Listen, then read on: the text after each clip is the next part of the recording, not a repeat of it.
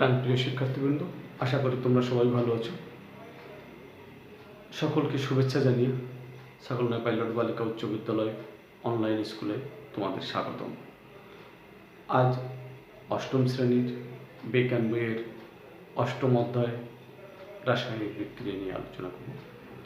রাসায়নিক বিক্রিয়ার আলোচনা করতে আমরা প্রথমে একটা চিত্র এঁকে নিই।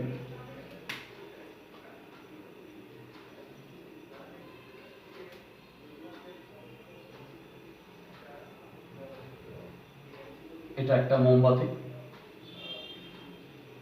আমি মোমবাতিটা আগুন ধরিয়ে দিলাম। আগুন জ্বালাই দিয়ে আমি যদি সোজা করে রেখে দিই, আস্তে আস্তে মোমবাতিটা নিঃশেষ হয়ে যাবে। নিঃশেষ হয়ে গেলে শুধু ধোঁয়া হবে, চারিদিকে ধোঁয়া পাওয়া যাবে। এই ধোঁয়াটা হলো কার্বন ডাই অক্সাইড। আবার যদি এই মোমবাতিটা আমি একটু বাঁকা করে রাখি,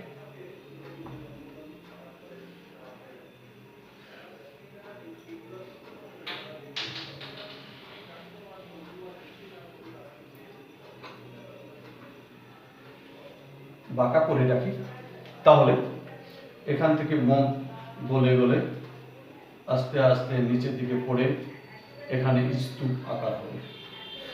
এটা ছিল দণ্ড, হয়ে গেল পিণ্ড। কিন্তু এখানে যদি আবার একটা সুতা দিয়ে সলিতে দিয়ে আমি আগুন ধরিয়ে দিই, আবার এর জন্য, তাহলে এই মোমের বৈশিষ্ট্য এবং এই মোমের বৈশিষ্ট্য একই। আর এখানে এটা সম্পূর্ণ পরিবর্তিত হয়ে কার্বন ডাই অক্সাইড গ্যাস। মোম কার্বন যৌগ, যখনই আগুন ধরানো হয় তখন কার্বন ডাই অক্সাইড গ্যাস পাওয়া যায়। আর এখানে পেয়ে গেলাম আমরা গলিত মোম। এটা শুধু এর বাহ্যিক গঠনের পরিবর্তন, অর্থাৎ ফিজিক্যাল গঠন পরিবর্তিত হয়েছে, কিন্তু ভৌত পরিবর্তন আর কি হয়েছে, কিন্তু এর মূল গঠনগত কোনো পরিবর্তন নেই, রাসায়নিক পদার্থের কোনো পরিবর্তন নেই। এই দণ্ডে যা ছিল এই পিণ্ডেও তাই আছে। তাহলে দুই রকমের পরিবর্তন আছে, একটা ভৌত পরিবর্তন, একটা রাসায়নিক পরিবর্তন। এই রাসায়নিক পরিবর্তন যে কারণে ঘটে থাকে সেটাই রাসায়নিক বিক্রিয়া। আজ আমাদের পাঠ রাসায়নিক বিক্রিয়া। রাসায়নিক বিক্রিয়া বলতে গেলে প্রথমে আমাদের কিছু জিনিস দেখার দরকার আছে। যেমন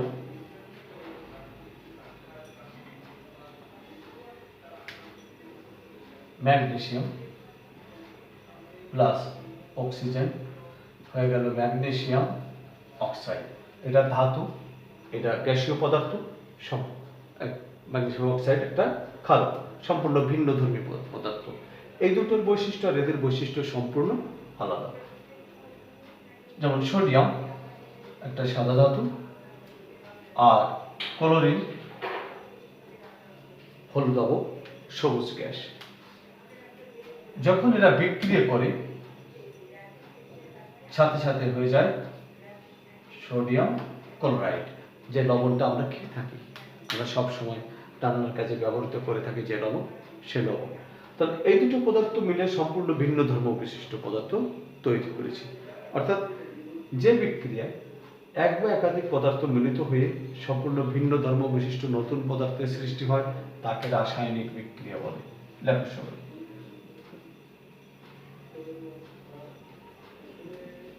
যে বিক্রিয়ায়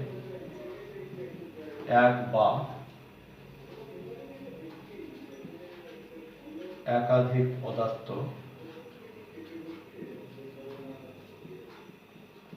বিক্রিয়া করে সম্পূর্ণ ভিন্ন ধর্ম বিশিষ্ট পদার্থ উৎপন্ন করে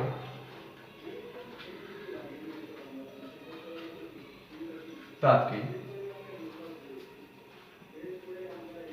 রাসায়নিক বিক্রিয়া বলে। তোমাদের জেনে রাখা ভালো যে এই রাসায়নিক বিক্রিয়া সংগঠনের জন্য কিছু পরিবেশের দরকার হয়। যেমন পরস্পরের সংস্পর্শে আসতে হবে,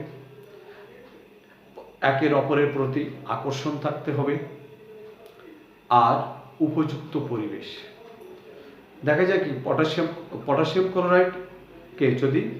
ক্লোরাইডকে যদি স্বাভাবিক অবস্থায় তাপ দেওয়া হয় তাহলে প্রচুর তাপ লাগে, কিন্তু এর ভিতরে যদি একটু ম্যাঙ্গানিজ অক্সাইড দিয়ে দেওয়া হয় খুব তাড়াতাড়ি বিক্রিয়া করে অক্সিজেন তৈরি করে। আবার হাইড্রোজেন অক্সিজেনকে আলাদা করে রেখে দাও, কখনো পানি হবে না। কিন্তু যদি ওদের বিশেষ করে ক্রিয়াকর্ত্র করো তাহলে পানি উৎপন্ন হয়। রাসায়নিক বিক্রিয়ার সংগঠনের জন্য কিছু শর্ত থাকে, তোমরা এটা খেয়াল রাখবে। এবার চলো রাসায়নিক বিক্রিয়া, এই যে রাসায়নিক বিক্রিয়াটা ঘটলো, আমি উপরে দুটো সমীকরণ লিখে ফেললাম। এই যেসব পদার্থ অংশগ্রহণ করে যে পদার্থ উৎপন্ন হয় তা যে চিহ্নের মাধ্যমে প্রকাশ করা হয় তাকে রাসায়নিক সমীকরণ বলে। রাসায়নিক সমীকরণে তীর চিহ্ন দিয়ে কোন দিক থেকে কোন দিকে বিক্রিয়া ঘটছে সেটা দেখানো হয়। তবে এই বাম পাশের যে পদার্থ থাকে, অর্থাৎ যারা রাসায়নিক বিক্রিয়ায় অংশগ্রহণ করে তাদেরকে বিক্রিয়ক বলে, আর যা উৎপন্ন হয় তাকে বিক্রিয়াজাত বলে। এই বিক্রিয়ক একাধিক হলে তার ভিতরে যোগ চিহ্ন দিয়ে বসানো হয়, আর বিক্রিয়াজাত পদার্থ একাধিক হলেও তার ভিতরে যোগ চিহ্ন দিয়ে বসানো হয়।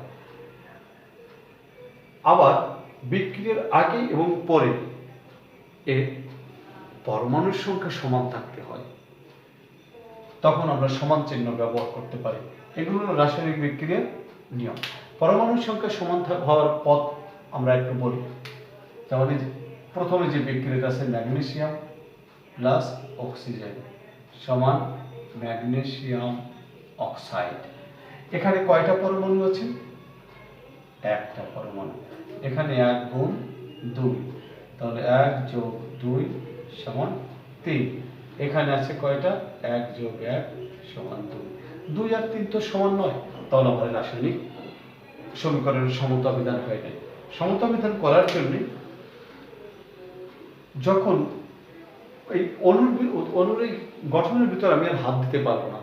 অক্সিজেন এখানে দুটো, এখানে লিখছি একটা, এখন অক্সিজেন দুটো বানাতে হলে অণুর আগে এসে সেই 2 বসবে। তাহলে ম্যাগনেসিয়াম দুটো হলো, এখানে ম্যাগনেসিয়াম দুটো হয়ে গেল।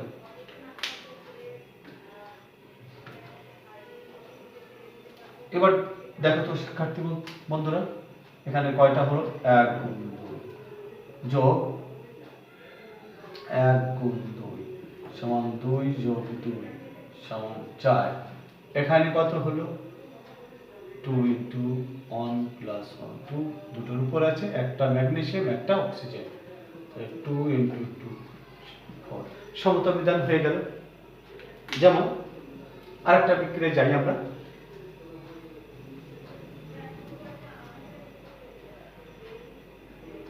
Zinc plus sulphuric acid. তাহলে বিক্রিয়া করলে কি হবে? Zinc sulphate plus hydrogen. এখানে একাধিক পদার্থ, তাই যোগ করে আছে, একাধিক পদার্থ যাই যোগ।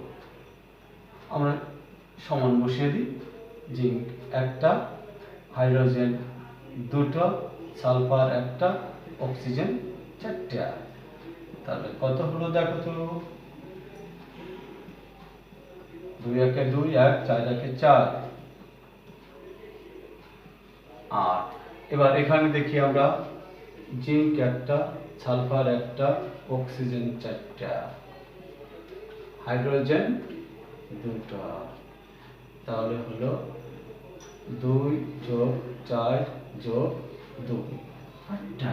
এখানে সমতা বিধান করা আছে বিক্রিয়ার সময়। এই যে আমরা যৌগগুলো লিখছি, এই যৌগগুলো লিখছি আমরা কোত্থেকে? আমরা আগে প্রতীক সংকেত যোজনী শিখে আসছি, সেখান থেকে তোমাদের গত 2 ক্লাসে এটা নিয়ে আলোচনা করেছি। আজ এই জন্য রাসায়নিক বিক্রিয়ায় চলে আসলাম।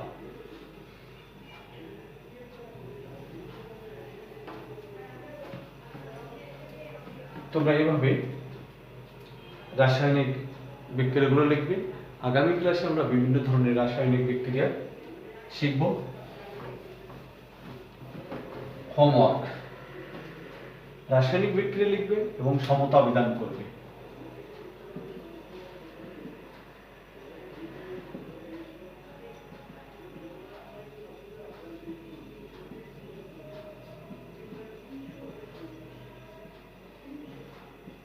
ও সমতা বিধান করবে। Ammonium chloride,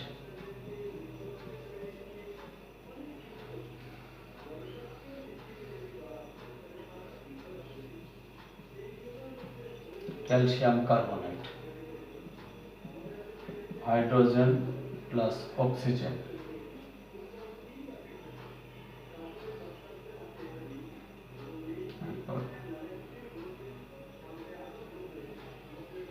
copper, calcium plus hydrochloric acid. এই চারটে বিক্রিয়া তোমরা করবে, করে এর সমতা বিধান করবে। আগে বিক্রিয়া লিখবে, এটা তাপ দেবে, এটা তাপ দেবে, এটা কি হয়, এটা কি হয় লিখবে, লিখে সমতা বিধান করবে। ধন্যবাদ, সবাই ভালো থাকুন।